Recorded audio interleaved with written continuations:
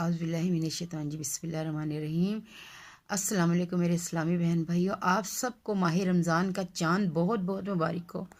دعاؤں میں یاد رکھیے گا، آج سے جیسے کہ ہماری عبادت بڑھ جائیں گی، تراویح ہوگی، نفلی عبادت، اور جو ہم لوگوں سے جو فرض نمازیں چھوٹ گئی ہیں تو انشاءاللہ کوشش کریں کہ وہ ساتھ ساتھ آپ لوگ اپنی فرض نمازوں کے ساتھ جو آپ کی قضا نمازیں ہیں نا وہ بھی ادا کریں۔